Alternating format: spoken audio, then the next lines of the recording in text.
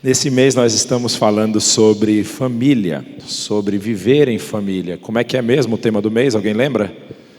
Viva em família, pois nenhum homem é uma ilha. E eu queria hoje falar um pouquinho sobre uma família muito interessante que você encontra num texto bíblico.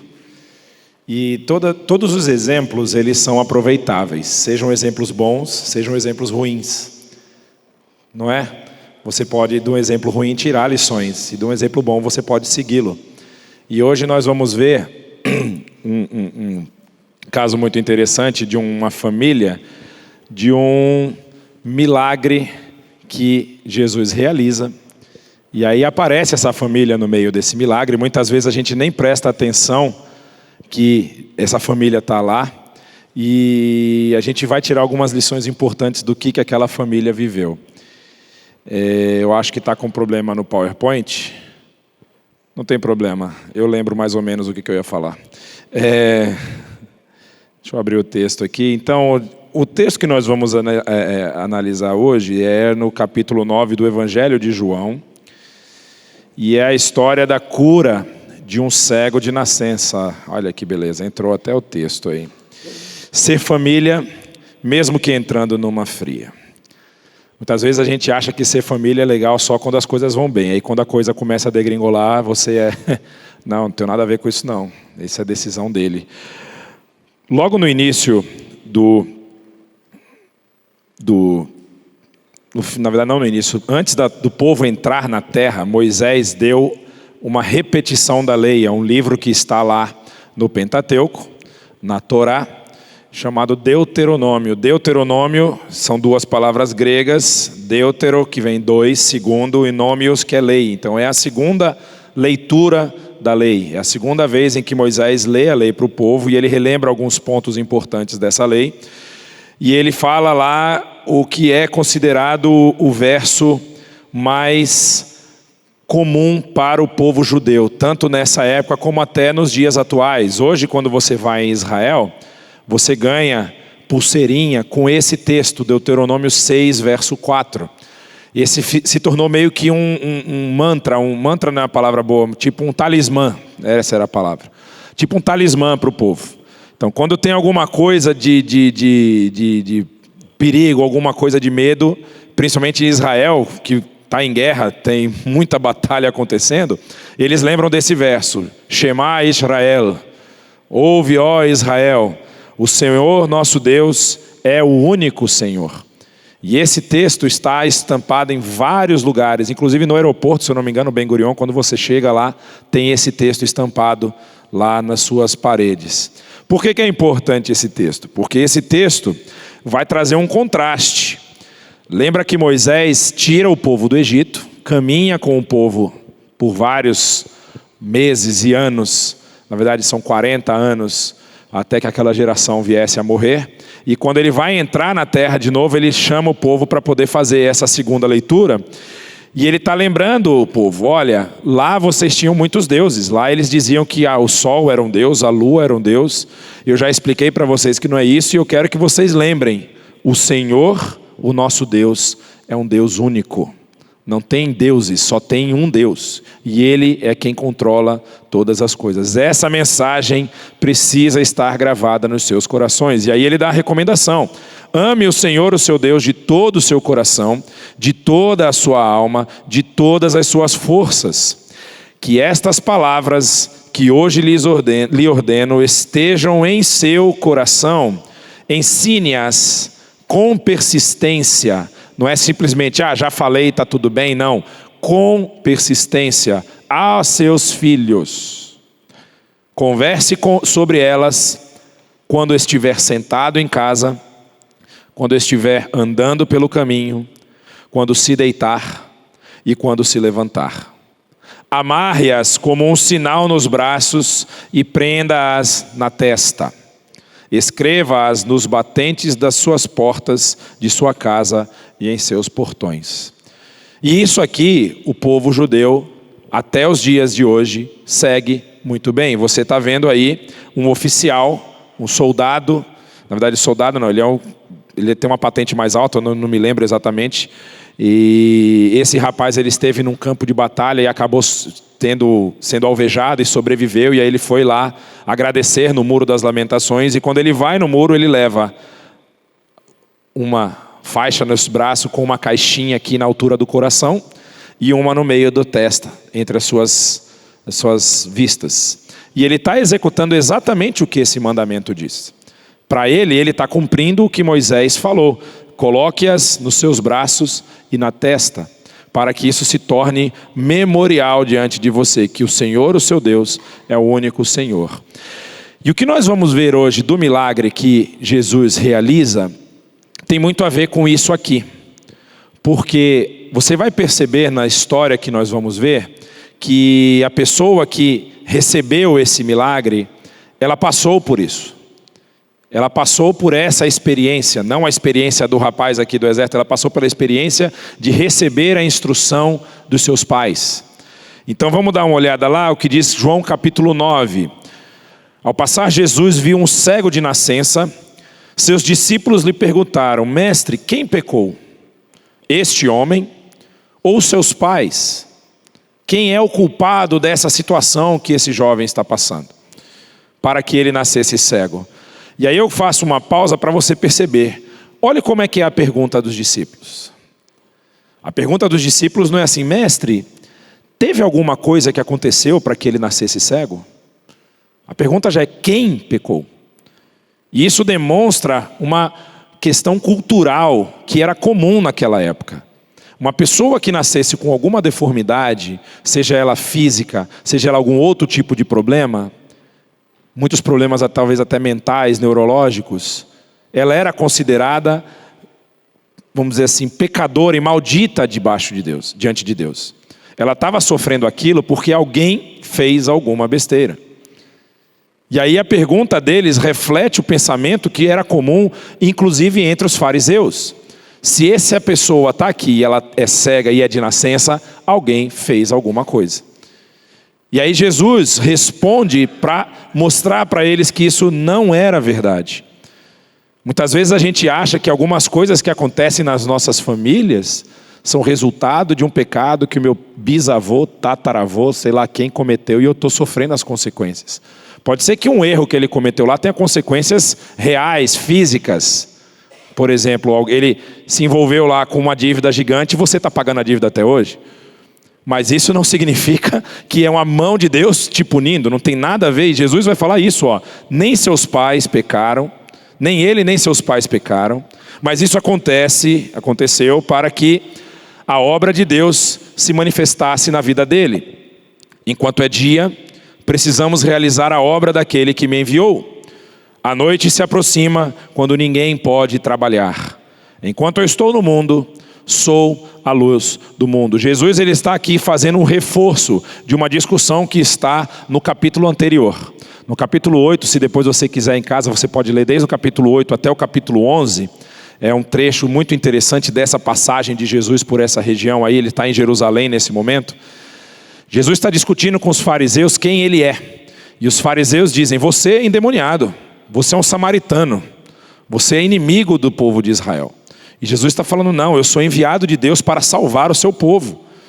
E aí eles começam a discutir. Jesus fala: eu sou a luz do mundo. E aonde a luz brilha, as trevas não têm vez.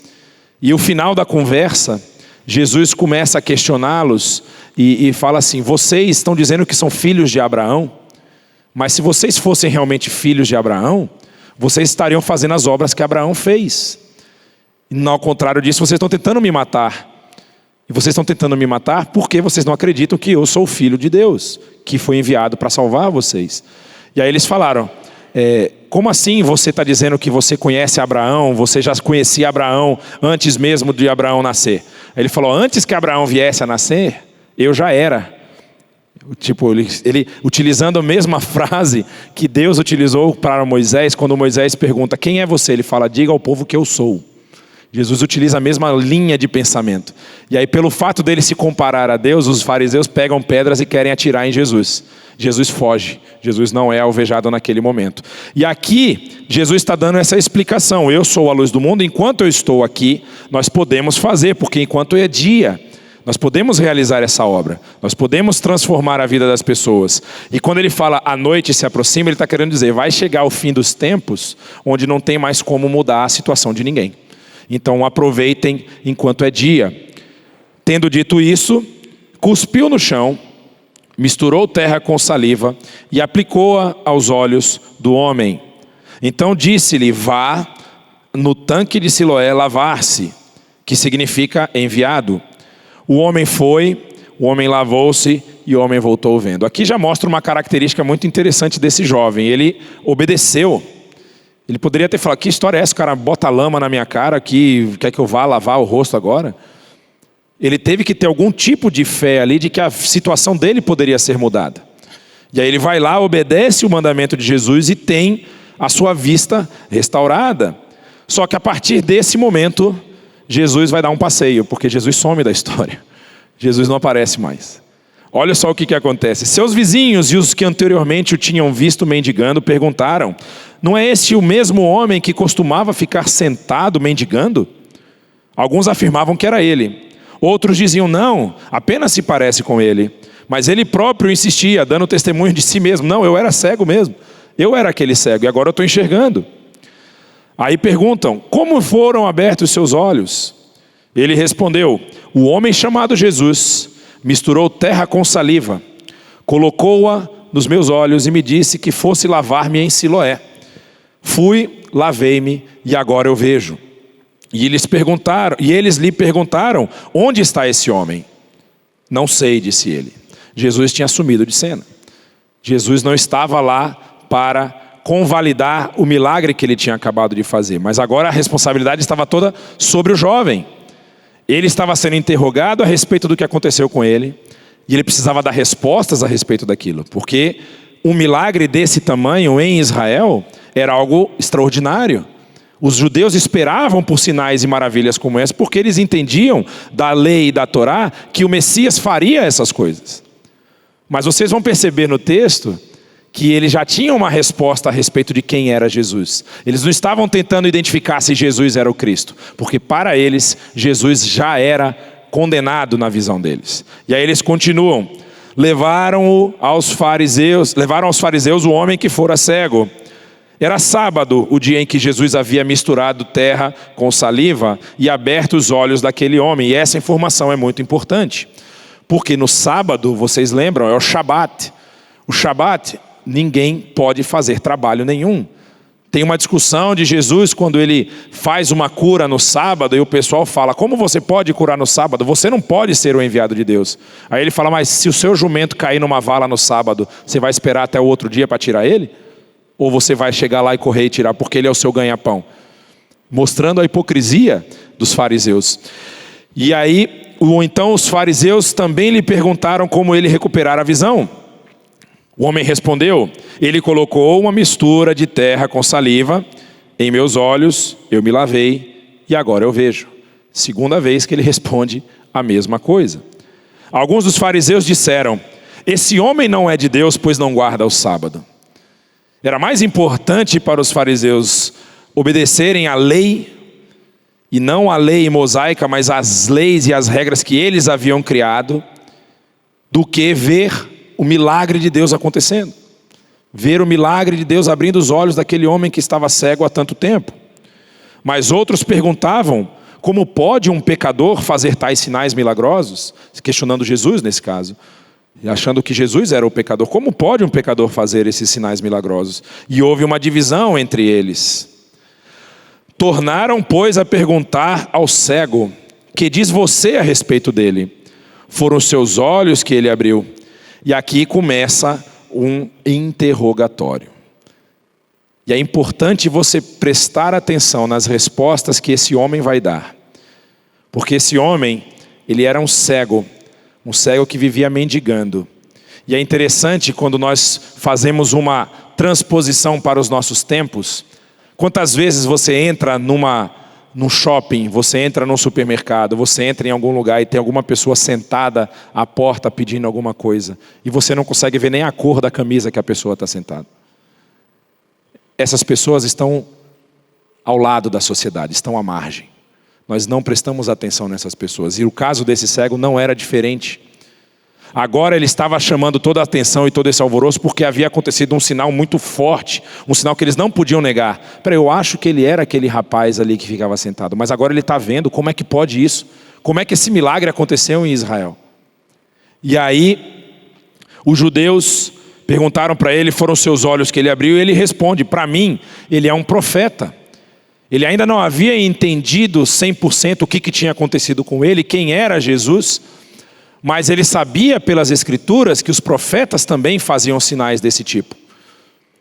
Vocês vão lembrar do caso de Elias, do caso de Eliseu e outros profetas que também realizaram milagres grandiosos como esse. E ele tinha essa instrução guardada em seu coração. E aqui tem um ponto muito importante. Quando nós falamos em vida em família, e nós lemos Deuteronômio 6 no início, a intenção ali era mostrar para vocês que isso acontecia nas famílias dos judeus da época, acontece até os dias atuais, acontece até hoje, a importância que é dada dos pais aos filhos em que eles aprendam os preceitos de Deus. Então, essa primeira resposta que ele dá dessa pergunta é uma resposta que está marcada no seu coração. Em algum momento durante a sua criação, em algum momento enquanto ele estava na casa dos seus pais, ele aprendeu sobre as profecias, ele aprendeu sobre a Torá, ele aprendeu sobre os ensinamentos que estavam lá no Antigo Testamento, e isso ficou marcado na sua vida. Quando nós falamos em viver em família, nós estamos falando em oportunidade. A oportunidade que os pais têm em influenciar a vida dos seus filhos, em marcar a vida dos seus filhos, em ensinar a eles o respeito sobre quem Deus é, o temor que eles precisam ter ao Deus Criador, ao Deus Salvador, ensinar os preceitos que a palavra nos traz. Isso é uma oportunidade única, ímpar. A gente costuma dizer que o exemplo arrasta, e os pais precisam dar esse exemplo aos seus filhos. Isso já nos leva a uma autoanálise. Como nós temos vivido? Eu agora posso falar que sou pai. Antes eu era pai só de bicho de 4 patas, agora tem 2 só. E a minha filhinha vai precisar aprender isso de mim, da minha esposa. Como eu tenho vivido a minha vida? Será que eu tenho sido um exemplo para os meus filhos de dedicação e de busca da vontade e da presença de Deus na minha vida? Esse jovem passou por isso, como era costumeiro em todas as famílias judaicas. E aí ele responde isso, ele é um profeta. Só que os judeus não ficaram satisfeitos, e aqui tem uma questão muito interessante a respeito do Evangelho de João, que foi alvo de interpretação errônea durante muito tempo, porque quando João cita os judeus, ele não está falando os judeus como povo, ele está falando uma parte daqueles que não acreditavam que Cristo era o Messias, que Jesus era o Messias. E essa parte que não acreditava que ele fora cego e havia sido curado, quer dizer, não acreditavam enquanto não mandaram buscar os seus pais. E essa seria uma oportunidade ímpar para os pais em convalidar o testemunho do seu filho. Não, realmente, nós ensinamos isso para ele era cego. Olha o que eles respondem, ó. Esse é seu filho, o qual vocês dizem que nasceu cego? Ou seja, não é o qual nasceu cego, o qual vocês dizem que nasceu cego? Vocês estão afirmando isso? Vocês confirmam que ele nasceu cego? Os pais respondem: sabemos que ele é nosso filho e que nasceu cego, mas não sabemos como ele pode ver agora ou quem lhe abriu os olhos. Perguntem a ele, idade ele tem. E aqui vem a parte ruim do exemplo familiar. Esse jovem foi colocado numa situação difícil. Teve um milagre, teve a sua vida transformada por um milagre, e agora está sendo interrogado por que ele recebeu esse milagre. Como que a coisa aconteceu? E quando os seus pais chegam, que poderiam defendê-lo ou convalidar o seu testemunho de que ele realmente era cego, e de que aquilo que ele tinha falado que aconteceu, que Jesus o curou, seria verdade porque ele era o filho deles, eles conheciam o seu filho, os pais fazem o quê? Não, a resposta é dele. Ele que se vire. Por quê? Você já deve ter ouvido falar num evento que ocorre com adolescentes judeus aos 13 anos, chamado de Bar Mitzvah. O que é o Bar Mitzvah? O Bar Mitzvah é uma cerimônia de passagem de bastão.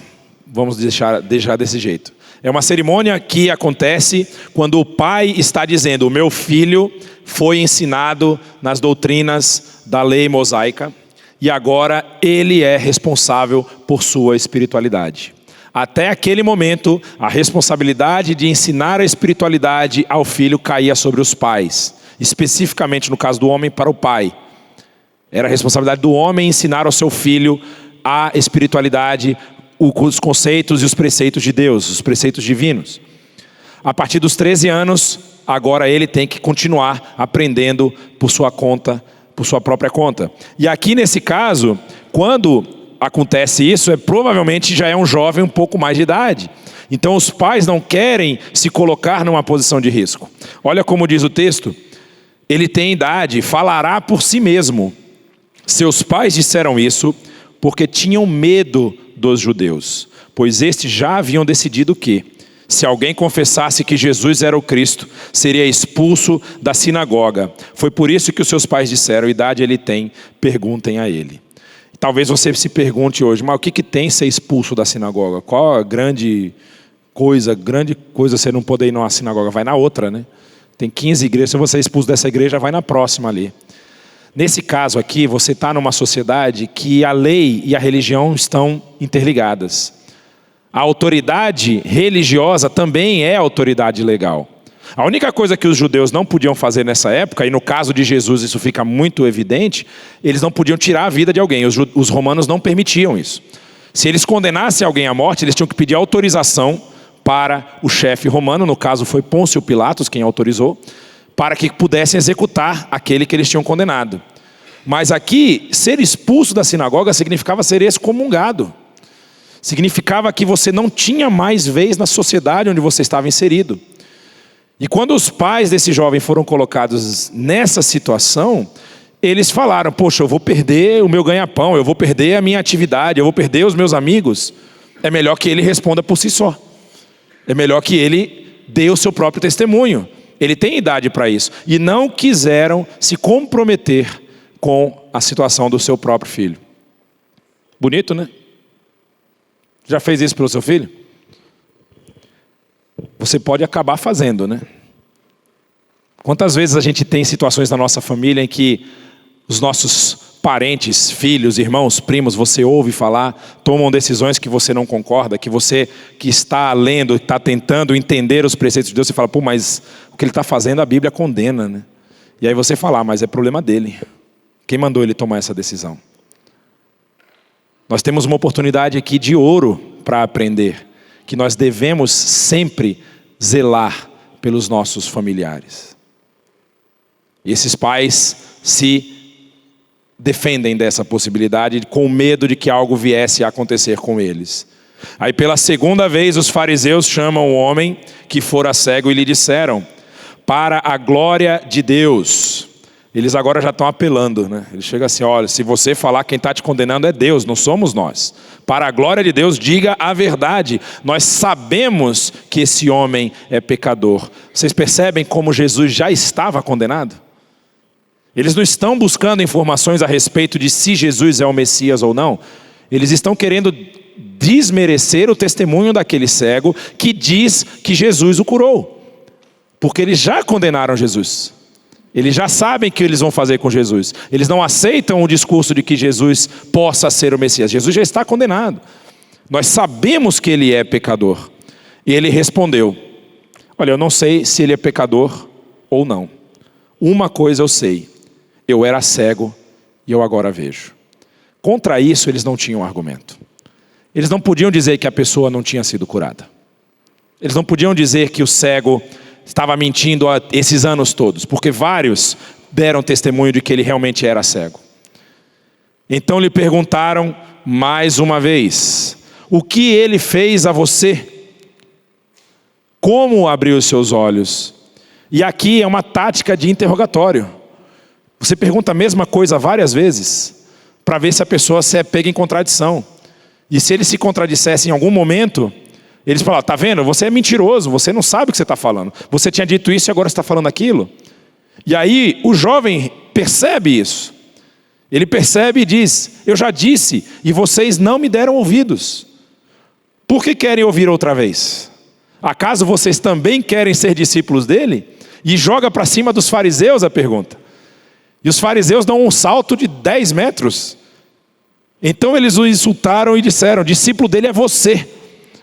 Nós somos discípulos de Moisés. Nós temos a lei atrás. Nós temos a Torá. Nós estamos referendados por Moisés. Nós sabemos que Deus falou a Moisés. Mas quanto a esse, nem sabemos de onde ele vem. O homem cego, ex-cego na verdade, respondeu: ora, isso é extraordinário. Vocês não sabem de onde ele vem, contudo ele me abriu os olhos. E nós sabemos, olha a instrução, voltando aqui, a instrução que ele deve ter recebido na sua casa.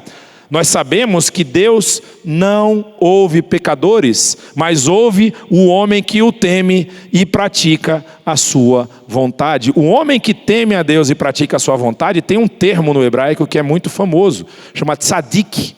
É um homem que é justificado diante de Deus, é um homem justo diante de Deus. Esse é o homem que teme ao Senhor e pratica a sua vontade. E esse homem curou o cego. Os fariseus estavam começando a ficar sem argumento. Mas você percebe como a instrução que o jovem recebeu na sua formação, nos anos em que ele teve com seus pais, fizeram a diferença. E aí continua o texto dizendo: ninguém jamais ouviu que os olhos de um cego de nascença tivessem sido abertos. Se esse homem não fosse de Deus, não poderia fazer coisa alguma. Quando ele diz isso, ele está falando: esse homem realmente é enviado de Deus. Nós estamos dizendo, lembra que ele ainda tem a visão de que ele é um profeta, como outros profetas também foram enviados de Deus. Mas os fariseus não queriam aceitar nem mesmo essa hipótese. Então eles respondem: você nasceu cheio de pecado. O mesmo argumento que é apresentado pelos discípulos de Jesus quando vem a situação do jovem cego, é utilizado novamente aqui pelos fariseus para desmerecer o seu próprio discurso. Como eles não tinham conseguido argumentar e vencer no argumento, achar erros naquilo que ele havia falado a respeito do que tinha acontecido com ele, então agora vamos desmerecer o seu argumento pelo fato dele ter nascido cego. E isso significa que, pelo fato dele ter nascido cego, como era comum da cultura, ele tinha cometido pecado em algum momento da sua vida. Se não ele, os seus pais. E eles dizem: como você tem a ousadia de nos ensinar? E o expulsaram. E aqui essa expulsão não necessariamente significa, mas pode significar, que ele estava expulso como seus pais o seriam. Ele agora ia passar por essa provação de ser expulso da comunidade. No momento aqui, pode ser que ele simplesmente tenha sido expulso daquela reunião.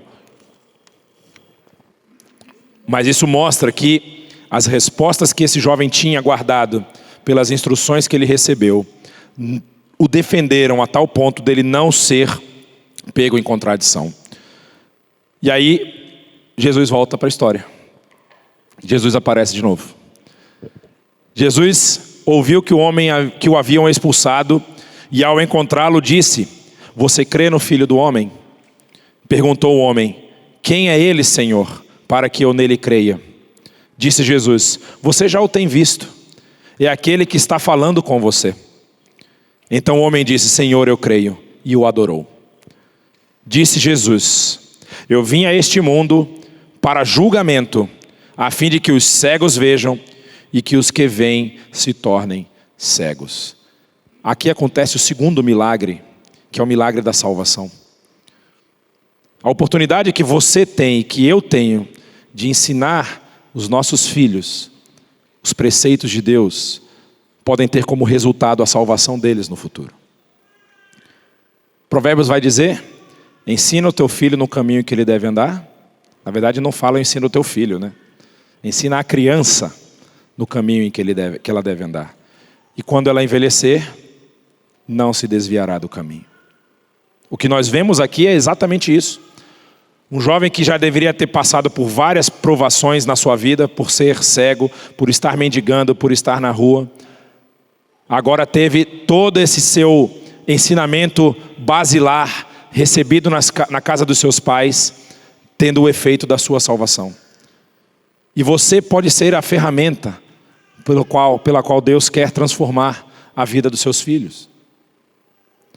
E aí, continua dizendo, alguns fariseus que estavam com ele ouviram-no dizer isso e perguntaram: acaso nós também somos cegos? Disse Jesus: se vocês fossem cegos, e aqui ele está falando da cegueira física, vocês não seriam culpados de pecado. Por que ele está dizendo isso? Porque esses fariseus acompanharam Jesus. Eles viram os milagres e os sinais que Jesus fez. Eles viram os ensinamentos de Jesus. E ainda assim não acreditavam nele. E aí Jesus disse: mas agora que vocês dizem que podem ver, agora que vocês dizem que conhecem os preceitos da lei, que conhecem os preceitos da Torá, dos profetas e tudo, e não me aceitam como o Messias, a culpa de vocês permanece. Nós, como pais, não temos o poder de salvar os nossos filhos. Quem faz isso é o Espírito Santo, e quem faz isso é Deus através da graça derramada em Cristo Jesus. Mas nós podemos levá-los a um caminho de conhecimento de Deus. Essa história me traz dois ensinamentos muito importantes, e um terceiro que é consequente desse. O primeiro é que nós devemos dedicar tempo, e aqui não é sacrificar o tempo, pelo contrário, é ganhar tempo em conhecer a Deus, conhecer a sua palavra e passar esse conhecimento para os nossos filhos, para os nossos agregados, para todos aqueles que estão na nossa família. Nós precisamos fazer isso porque isso pode transformar a vida deles no futuro. Ainda mais quem tem filhos pequenos, é uma oportunidade de ouro. Como eu falei, a questão do exemplo, que o exemplo arrasta. Eu tenho uma história muito interessante. Um amigo meu ainda morava em Salvador, e ele teve uma filhinha. Na época a filhinha dele devia ter 2 para 3 anos. Quando é que criança começa a andar? Eu estou começando agora, eu não sei. 2 para 3? Tá, obrigado. Mais? 1? 9? Peraí. Eu estou perdido, eu perdi, gente. Vamos deixar 2 e 3, ok? 1. Tem gente que é precoce aqui, ó. Tem gente 1 aqui, 1 não aqui. Enfim, a criança estava andando. E com ele morava sua mãe, uma senhora já com uma idade avançada, e que tinha um problema de paralisia no lado do corpo. E ela andava arrastando a perna. Ela andava e arrastava a perna. Um dia ele chega do trabalho e a filha dele vai ao encontro dele fazendo o quê? Arrastando a perna. Só que ela corria, ela brincava, mas naquele momento ela foi arrastando a perna. Ele deu o clique, ele falou: ela aprendeu isso com alguém. Você tem a oportunidade de, pelo seu exemplo, arrastar os seus filhos.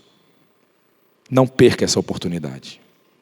Aí o segundo ponto: se o seu filho cresceu e ele está aprontando, não faça como os pais desse jovem cego. Continue orando por ele. Continue levando palavras de amor, palavras de exortação, sim, mas palavras baseadas nos preceitos de Deus. Você não sabe qual o impacto que isso pode ter lá na frente. E às vezes você está numa situação onde você tinha rompido com a sua família e você não está mais em acesso, em contato com eles. De repente alguém já faleceu e tudo mais, e você pensa: perdi, vou ficar com isso marcado na minha vida para sempre. Você tem uma família, que é a família de Cristo Jesus.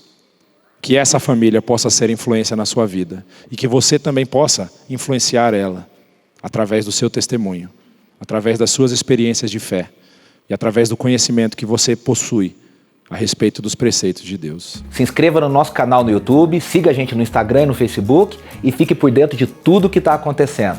Sou IBNU, viva o reino.